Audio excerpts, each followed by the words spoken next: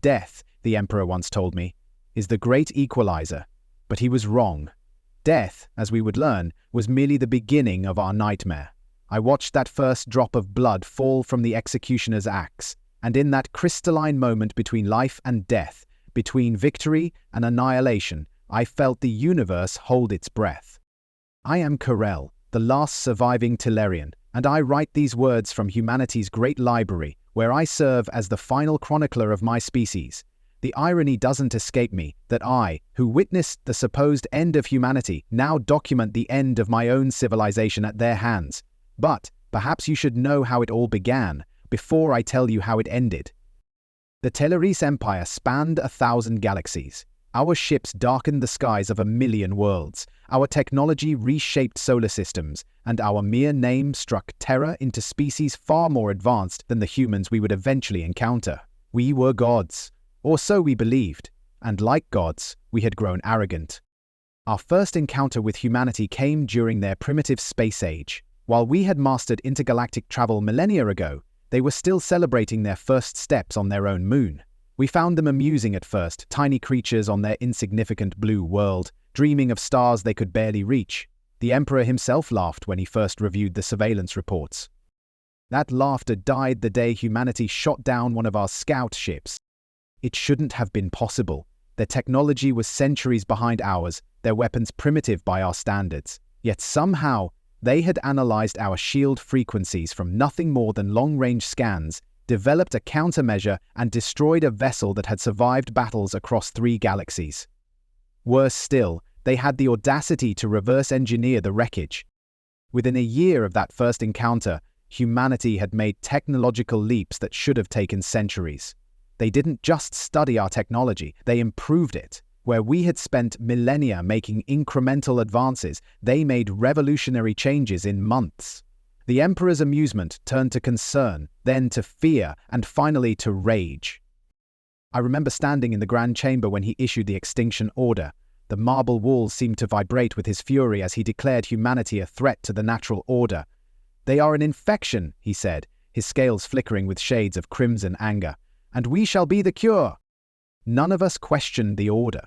Why would we? We had cleansed worlds before, eliminated species that posed far greater threats than these upstart humans. Our warships could crack planets like eggs. Our weapons could reduce cities to ash in seconds. We had the combined might of 100,000 years of technological supremacy at our disposal. We expected the war to last a month, perhaps 2 if the humans proved particularly stubborn. The first attack came on what humans called a Tuesday. Our ships darkened Earth's skies, casting shadows over every major city simultaneously. We wanted them to see us, to understand the futility of resistance. The Emperor himself composed the ultimatum: surrender and face extinction with dignity, or resist and face extinction with suffering. Their response came in the form of a massive electromagnetic pulse that disabled 30% of our fleet. Again, it should have been impossible. Our ships were hardened against such attacks, protected by technologies that had weathered the electromagnetic storms of dying stars. Yet somehow, these primitives had found a weakness we didn't even know existed. As our disabled ships plummeted from their skies, humanity launched a counterattack that displayed a savage brilliance we had never encountered before. They didn't try to match our technology directly. They couldn't. Instead, they found ways to turn it against us. They infected our neural networks with viruses that turned our own weapons against us. They developed shields that didn't just deflect our energy weapons, but reflected them back with doubled intensity. Every solution we deployed was met with an innovative countermeasure within days, sometimes hours. The Emperor's rage grew with each report of failure. The extinction order was expanded. Not just humanity, but all trace of their existence was to be erased. We would destroy their world so thoroughly that future archaeologists would find nothing but atomic glass where Earth had been. That's when we learned humanity's greatest talent: survival. As we laid waste to their cities, they went underground. As we poisoned their atmosphere, they developed filtration systems. As we boiled their oceans, they built underwater habitats. Every time we thought we had them cornered, they found another way to endure, to adapt, to survive. The war that was supposed to last a month stretched into years, then decades. The Emperor's periodic demands for progress updates became less frequent, his rage turning to a cold, implacable determination. The Teleris Empire, which had never known defeat, found itself in a war of attrition against an enemy that refused to die. We began to notice changes in ourselves as the war dragged on. The casual cruelty that had once been our hallmark gave way to a grim efficiency. Some of our warriors began to speak of the humans with reluctant respect. Others, like myself, started to question the wisdom of our mission, though we dared not voice such thoughts aloud. But the Empire had passed the point of no return. Too much had been invested, too many resources committed, too much pride at stake. We could no longer stop, even if we wanted to. The genocide of humanity had become the defining mission of our generation, and we would see it through to its bitter end. As the decades passed, humanity's numbers dwindled, but their resistance grew more ingenious. They developed technologies that seemed to defy the laws of physics, not through superior understanding, but through desperate innovation. Their hidden colonies became harder to find, protected by cloaking devices that turned our own scanning technology against us. The war changed us both. Humans evolved in their underground havens, their eyes growing larger in the darkness, their skin becoming almost translucent. We Talarians became obsessed, our once mighty empire focusing all its resources on finding and eliminating these elusive creatures who dared to challenge our supremacy. By the 70th year of the war, Earth was unrecognizable. Its oceans had turned to acid, its surface to glass and ash. The humans called it the Great Desolation. We called it progress. But even in this wasteland, pockets of resistance remained, hidden in the planet's bones.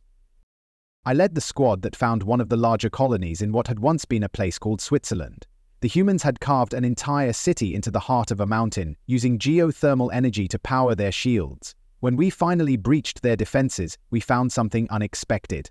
They were celebrating. Not victory. They knew they were doomed. They were celebrating life itself, dancing and singing even as our weapons cut them down.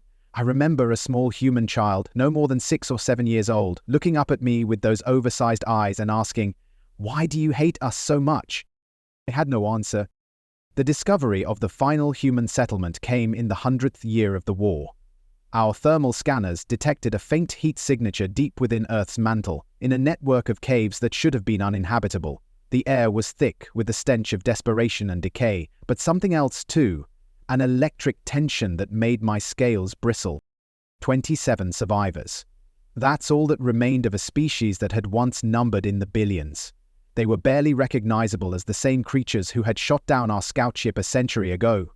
Generations of living in darkness had changed them physically, but their eyes still held that same defiant spark that had first enraged our emperor. We executed 26 of them on the spot. The 27th, a young male who seemed more bone than flesh, was chosen for the emperor's grand spectacle. Throughout the journey to our homeworld, he maintained a silence that unnerved even our most hardened warriors. He never begged, never questioned, never showed fear. He simply watched us with those unnaturally large eyes, as if he knew something we didn't. The execution was to be our greatest triumph, broadcast across every world in our empire. 500,000 Telarians filled the stadium, their bloodthirsty cheers echoing against the crimson sky. The human was dragged to the platform, forced to his knees, before the ancient wooden block. The emperor himself had chosen beheading, a primitive death for what he called a primitive species.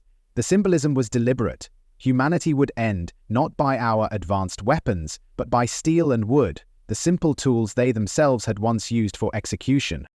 The stadium fell silent, as the human was asked for his final words. The crowd leaned forward, expecting either a plea for mercy or an act of defiance. Instead, he lifted his gaze to our blood-red sky and spoke in a voice hoarse from disuse. "O God, my God, if you have not forsaken us, deliver me." The laughter that erupted was deafening. Even I, who had grown uncomfortable with our mission, felt my scales ripple with dark amusement. Gods? We had outgrown such primitive beliefs millennia ago. We were the only gods this universe needed. The axe fell, the head dropped, blood spattered across the ancient wood. Victory lasted exactly 3 seconds. The light came first, not from our 3 suns, but from the body itself. It was a light that shouldn't have existed, a brightness that defied description. Those closest to the platform were thrown back by an invisible force. The air itself seemed to tear apart, with a sound that made our translators malfunction and our neural implants short out.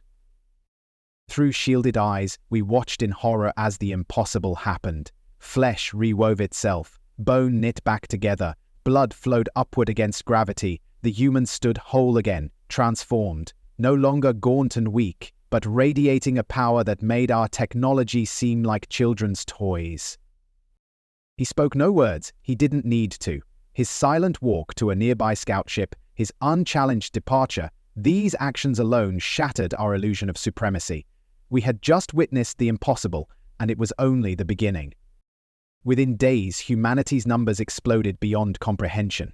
The resurrected scientists worked tirelessly, combining their divine gift with technological innovation in ways that defied our understanding. They built massive resurrection chambers that could restore thousands of their dead within hours. Each restored human emerged stronger, faster, more resilient than before, their bodies radiating an energy our senses couldn't properly measure. The War Council's response fleet arrived at Earth expecting to find a single defiant anomaly. Instead, we found a transformed civilization. Through our scanners, we watched in horror as they constructed impossible machines from the wreckage of their old cities, devices that seemed to ignore fundamental laws of physics. They weren't just rebuilding, they were remaking reality itself. Our attempts to retreat and warn the Empire proved futile. Humanity spread across their solar system with terrifying speed, building habitats and colonies in hours rather than the years such construction should have required. They moved with singular purpose, driven by a century of accumulated rage. Within a week, they had built fleets that rivaled our own. Their ships were unlike anything we'd ever encountered, hybrid creations of technology and whatever power their resurrection had granted them. Our weapons, which had laid waste to their world for a century, now barely scratched their hulls. The final war lasted mere months. Our mighty empire, which had ruled for 100,000 years, crumbled before their onslaught. Every human we killed returned stronger. Every ship we destroyed was rebuilt better. They harvested our defeated worlds, transforming entire systems into vast production centers for their ever-growing forces. When our last weapons were spent, they showed us no mercy. There was no grand trial, no execution spectacle like we had given their last survivor. The Teleris Empire was simply erased, our civilization snuffed out by a force we had foolishly awakened. Now, 10 years later, I sit in their great library, the last of my kind. I watch as they continue to evolve, transcending physical limitations we thought immutable. Their new language sounds like the cosmos itself, speaking, their plans extending far beyond mere revenge. I understand now that we were never truly the powerful ones. We were merely the catalyst, our cruelty the key that unlocked humanity's true potential. Their God had not abandoned them. It had waited for precisely the right moment to transform them into something far greater than we could have imagined. May whatever force governs this universe have mercy on my soul, for I am all that remains of an empire that dared to challenge the divine. If this tale of hubris and divine retribution sent chills down your spine, don't forget to hit that like button, subscribe to hear more cosmic horror stories from across the galaxy, and make sure to turn on that notification bell. You won't want to miss our next upload about the forbidden archives of humanity's ascension. Leave a comment below sharing what you think happened to the last human colonies we never found. Until next time, remember, the universe is vast, but karma is universal.